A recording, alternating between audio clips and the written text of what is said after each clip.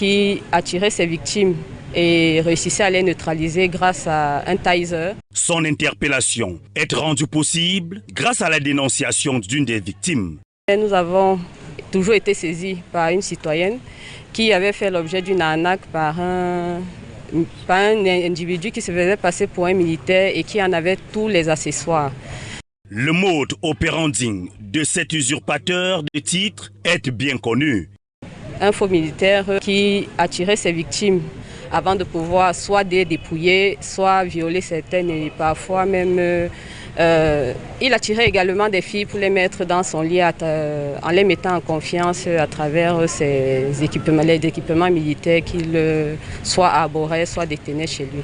Les populations sont appelées à plus de vigilance. Ne pas trop faire confiance aux photos de profil qu'on trouve dans les réseaux sociaux parce que les instructions de la hiérarchie pour les militaires proprement dit, c'est de ne plus s'afficher sur les réseaux sociaux en tenue. Donc lorsque vous trouvez un individu en tenue militaire, il y a de fortes chances que ce soit un faux militaire. Mis aux arrêts par les éléments de la première région de gendarmerie et après exploitation, le pseudo-adjudant-chef est conduit par devant le procureur de la République pour répondre des faits qui lui sont reprochés. Spécialisé dans l'agression et l'assassinat des conducteurs de moto-taxi dans la ville d'Obala, le gang piloté par Benoît Bebolo, alias Junior, est tombé dans les filets de la brigade de gendarmerie d'Obala ce 14 septembre 2025. Avec les renseignements que nous avons de part et d'autre, nous sommes parvenus à interpeller l'un des chefs de gang, auteur depuis des actes de criminalité et de tuerie dans notre arrondissement. Après son interpellation et exploitation, nous nous sommes dirigés au niveau de Nkomutu, où il y a une maison qui laissait de repli. De là-bas, nous avons pu retrouver des matériels qui les servent d'agression. Pour arracher facilement des motos, ils opèrent la nuit à proximité des dodanes. 6 conducteurs de moto-taxi ont déjà été assassinés et 11 sont dans un état alarmant après avoir perdu leur moto. Donc l'un des modus operandi consiste à, avec la ficelle, faire tomber la moto au niveau du dodan, ou alors monter sur la moto et aller s'arrêter là où il y a ses complices malfrats, ou alors asperger un produit toxique aux conducteurs de moto. Donc j'en appelle aux conducteurs de moto d'être assez vigilants quant à leurs clients qui transportent sur les motos. Face à la recrudescence des actes criminels, le commandant de la Légion de gendarmerie du centre réitère son engagement à prêter main forte aux autorités de la ville d'Obala. Ce que je peux déjà dire, c'est de dire merci aux populations du village Mboa qui ont dénoncé ces malfrats et également dire merci aux gendarmes qui ne cessent de se déployer sur le terrain pour traquer les malfrats. Et nous sommes là pour continuer à vous rassurer davantage sur la lutte contre les malfrats. Tous ces malfrats également sont des récidivistes qui ont été jugés et condamnés et qui ont purgé leur peine et qui reviennent toujours commettre les mêmes faits. En tout cas, nous ne serons pas fatigués de les déférer devant les juridictions compétentes. Nous rappelons de ce que l'année dernière, 14 d'entre eux ont été démantelés et le groupe s'est reconstitué. Aujourd'hui, nous sommes très satisfaits du résultat que nous avons et nous vous rassurons de ce que dans les jours qui viennent, les exploitations que nous avons en notre présence vont nous permettre de densifier la recherche. Nous passons à la phase répressive et cette phase-là va être la phase dure parce que nous avons toute une liste déjà des personnes qui sont dans notre fichier qui sont toujours reconnues comme posant des actes délictuels. Donc ceux-là qui sachent qu'il est encore mieux de quitter l'arrondissement d'Obala. Les populations d'Obala sont appelées une fois de plus à signaler aux autorités toute activité susceptible de nuire à la sécurité des biens et des personnes. D'un pas pressé, le ministre de l'Éducation de base, le professeur Laurent Serge Tundingwa, accède dans la salle de conférence du Mont Febotel dans le premier arrondissement de Yaoundé en vue de présider les travaux de la 9e session extraordinaire et de la 10e session ordinaire du programme d'appui à la réforme de l'éducation au Cameroun, PAREC en abrégé. Le comité de pilotage se réunit en 2 sessions ordinaires chaque année. La première est consacrée à l'évaluation de la mise en œuvre des activités en mi-parcours. Et la seconde, comme à l'accoutumée, est consacrée à la validation et à l'adoption du plan d'action et du budget de l'année suivante. S'agissant spécifiquement du plan d'action de l'année, son exécution physique et financière se situe respectivement à 45,3%, des chiffres plutôt encourageants. Le 31 décembre prochain, le PAREC est supposé finir. Je dis bien supposé. Toutes les évaluations qui ont été faites jusqu'alors ont montré que le projet a fait bénéficier le pays de beaucoup de choses, dont l'une des plus sensibles est l'établissement des actes de naissance à des millions de nos concitoyens qui n'en avaient pas. C'est l'occasion qui nous est donnée de demander aux familles de faire un effort avec l'appui du ministère de la décentralisation et du développement local. Notons qu'en juin dernier s'est tenue une mission de supervision du programme par l'équipe de la Banque mondiale qui rassure que le travail sur le terrain est en bonne voie, ce qui a valu des félicitations du patron de l'éducation de base à ses collaborateurs. Pour répondre à notre invitation, preuve de votre engagement et de votre détermination à la réussite du PAREC, dont les résultats au niveau national sont aujourd'hui élogieux, à voir l'appréciation de nos supérieurs hiérarchiques à travers les résultats atteints, et on en redemande. Les travaux qui se sont tenus ce 19 septembre 2025 ont vu la participation du secrétaire d'État auprès du ministre de l'Éducation de base, le docteur Viviane Achiri-Kilo, des collaborateurs ainsi que de nombreux invités. La discipline reste un pilier essentiel pour assurer un bon climat d'apprentissage. Les chefs d'établissement et enseignants sont conscients des défis et multiplient les actions pour faire face aux comportements inappropriés. Le règlement intérieur étant déjà donné, qui est commenté chaque fois qu'il y a le rassemblement, et les sanctions sont là. Les principaux problèmes que rencontre l'application de la discipline varient selon les niveaux d'enseignement. Les fouilles que nous multiplions chaque matin et parfois dans des salles de classe, pendant les périodes ou alors les heures improvisées, la tenue décente. C'est-à-dire les tenues doivent dépasser les genoux.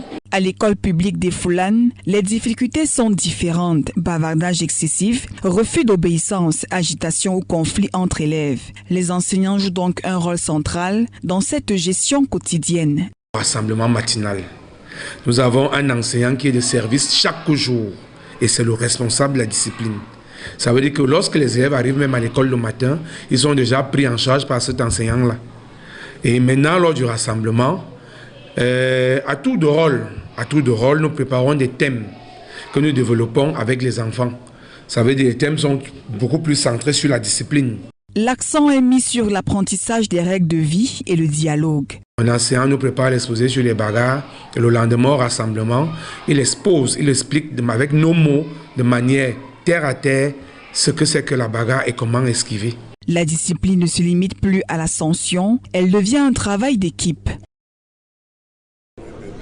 Une image vaut 1000 mots. Ils sont nombreux à répondre présent à la dédicace de la bande dessinée intitulée Le président Paul Biya en BD. À travers cet ouvrage, le docteur Manaouda Malachi retrace le parcours du chef de l'État et justifie le choix du genre littéraire, la bande dessinée. La bande dessinée donne une lunette de lecture donc originale, certes, mais surtout une liberté de narration et une plage de créativité dont j'avais besoin pour restituer des phases quelquefois inconnues du public, jamais filmées, mais souvent racontées. La bande dessinée se donne la liberté d'immerger le lecteur dans un environnement, une histoire, un scénario, pour en vivre toutes les vibrations et les émotions qu'on peut en tirer. Le parterre de la dédicace est constitué des membres du gouvernement, les parlementaires, les autorités administratives, les autorités traditionnelles et les autorités religieuses. Le docteur Manaouda Malachi saisit cette vitrine pour vanter les œuvres du héros de sa bande dessinée, le président Paul Biya.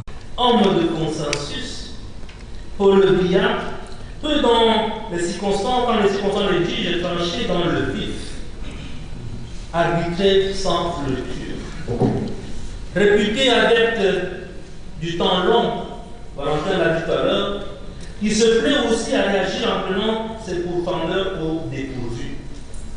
Présenté comme aligné, il maîtrise l'art de déjouer les scénarios écrits d'avance, s'affranchit des dépendances et résiste à toute pression. Il a toujours rejeté le népotisme et le favoritisme, préférant donc la sobriété et la rectitude.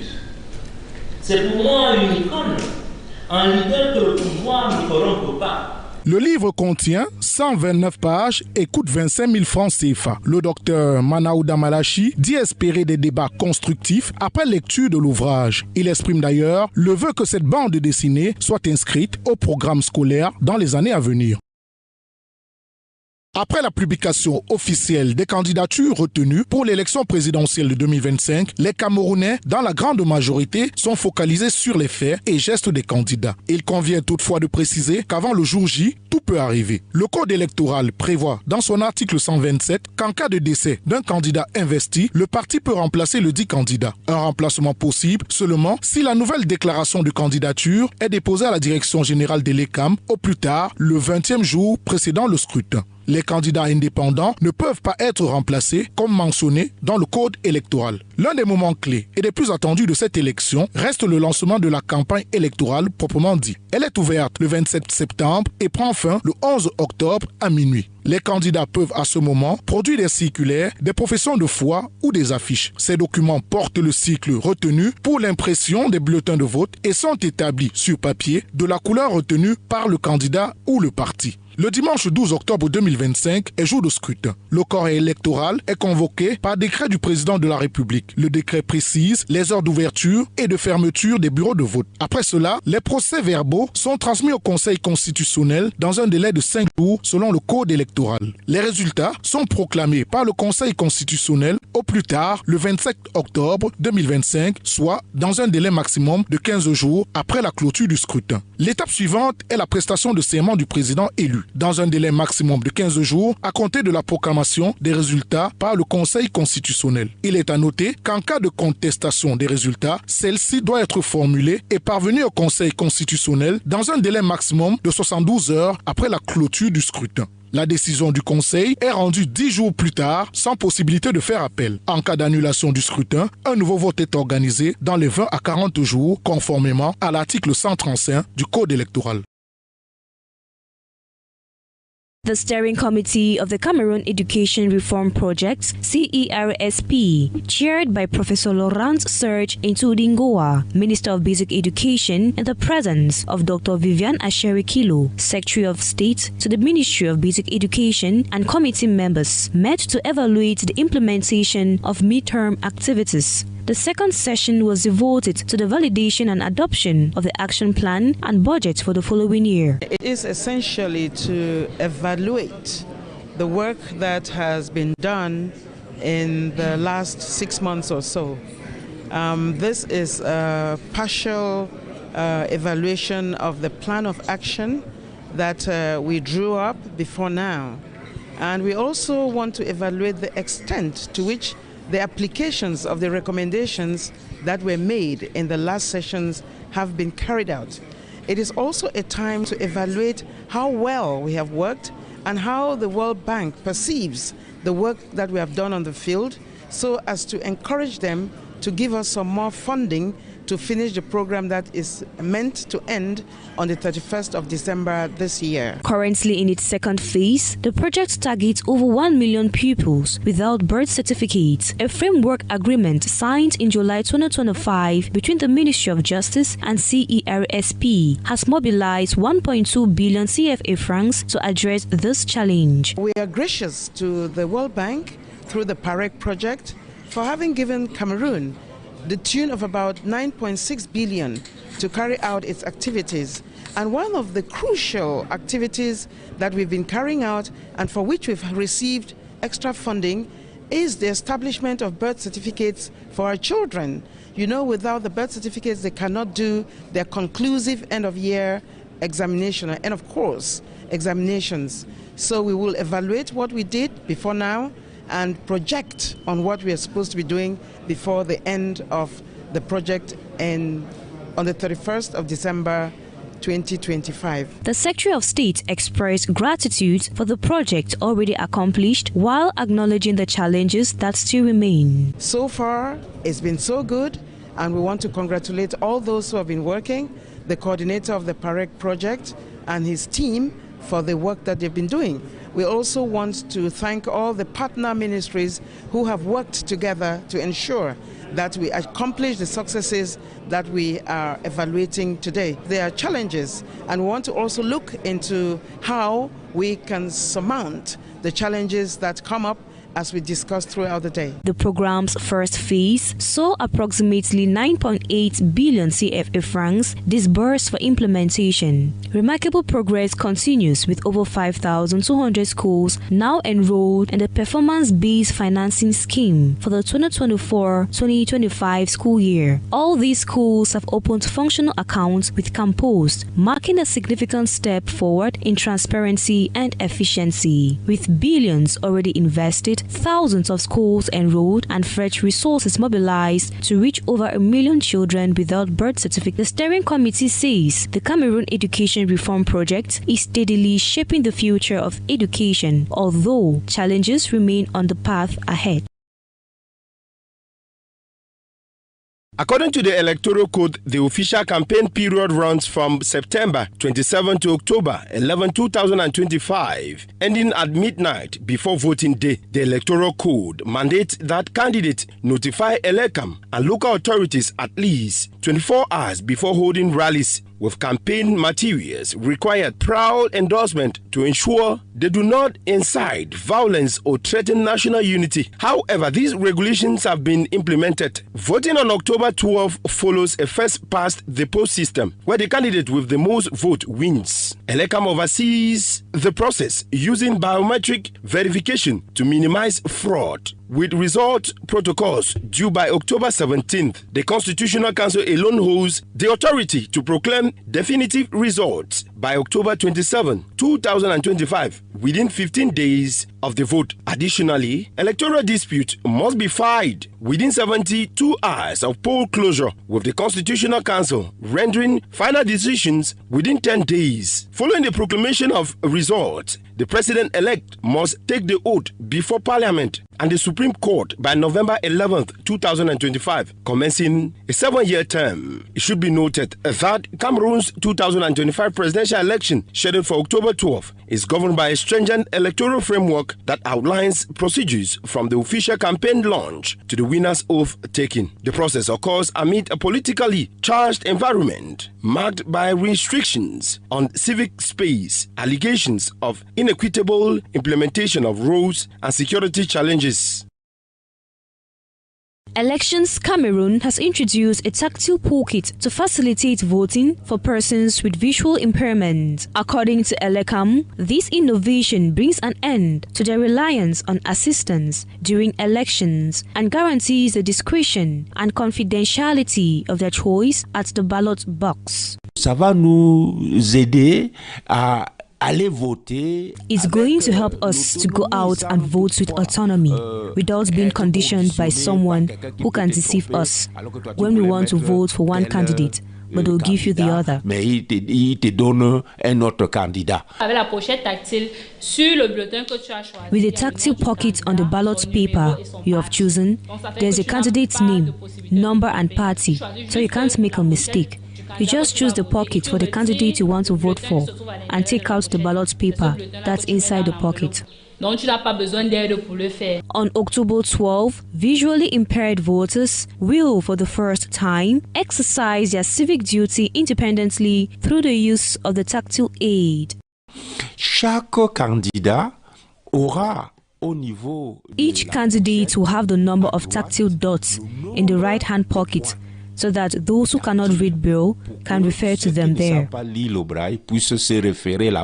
Visually impaired voters have welcomed the introduction of the tactile aid, praising it as a significant step towards inclusive elections. The device will allow them to identify candidates on the ballot, mark their choice in secrecy, and cast their votes independently on October 12.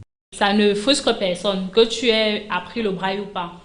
It doesn't matter whether you have learned Braille or not, because if it's number 1, there's only one dot visible on the key.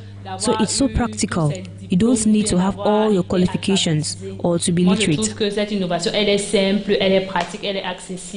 Nous disons merci. We would like to thank Elecam for the work they have done and say that we are going to vote with complete autonomy and confidence. The initiative aims to familiarize beneficiaries with the newly introduced tactile aid, enabling them to identify candidates on the ballot, mark their choice in secrecy, and cast their vote independently. With the rainy season in full swing in Cameroon, parents are rushing to the market to buy warm clothing for their kids. The goal is to keep them cozy and warm, despite the chilly rains. Due to this, some vendors express their joy as it has boosted markets for them during this season. Concerning the dresses for cold, since the rainy season started, all is okay with people who are into selling dresses for cold, like pullovers, trousers, joggings. Everyone into this business succeeds. Mokolo Market remains a popular destination for parents seeking warm dresses, pullovers, jackets, and other clothing items. The market vendors are capitalizing on the demand, offering a wide range of warm clothing options. Since the rainy season started, since there is a very strong climate these days, the best possibility to be protected are pullovers. These materials, it permits the children to remain warm and not to catch cold. The rainy season has brought a welcome boost to Cameroon's market, with parents eager to keep their kids warm and cozy. While some customers are grumbling about prices, vendors are thrilled with the surge in sales. We have come to buy pullovers for the children, but we realize that the products are very expensive and we can't really afford it. We are here to see what we can do with the little we have. As the raining season continues, it's likely that markets like Mokolo will remain busy, catering to the needs of parents and their children.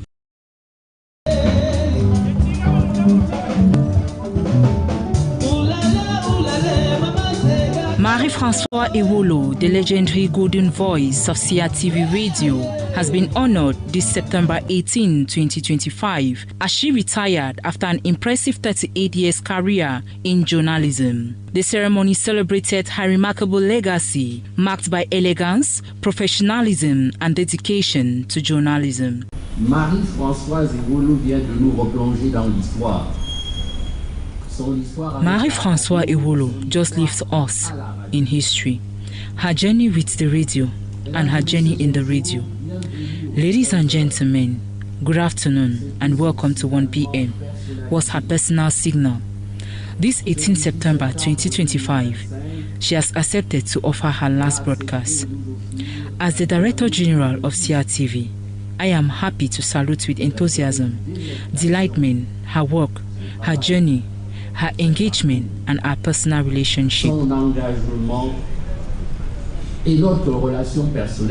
As a renowned journalist, Marie-François Ewolo has been an iconic figure in Cameroonian journalism, known for her distinctive voice and hosting of the 1 p.m. news broadcasts on CRTV Radio. Je voudrais te dire que tu dois rester digne. I want to tell you that you have to remain respectful on your journey, as we all know. Because you were not seeing yourself as you were talking, we watch you live today. Come back home and keep an eye on all the family that are waiting. Her impact extends beyond her journalism, inspiring generation of journalists and becoming a living memory of Cameroon's national radio. Dear friends, dear colleagues, dear young journalists, dear old colleagues who are here today, dear members of my family, with a lot of emotions today, I stand in front of you with a humble heart and of recognition. After many years in service of CRTV, I take another route today, that of full resting, a moment of simple transition, and also a moment of gratitude and reflection. The ceremony was chaired by Charles Ndongo, Director General of the Cameroon Radio Television, attended by the Minister of Basic Education, Professor Laurent Serge Etuningwa, Philippe Balgaboa, Minister in charge of Special Duties at the Presidency, the Minister of Labour and Social Security, Gregoire Owuna, friends, collaborators and families who gathered to bid her farewell in her next career journey and celebrate her remarkable time at CRTV Broadcasting House. This tribute acknowledged her contribution to Cameroonian journalism and her enduring impact on the profession.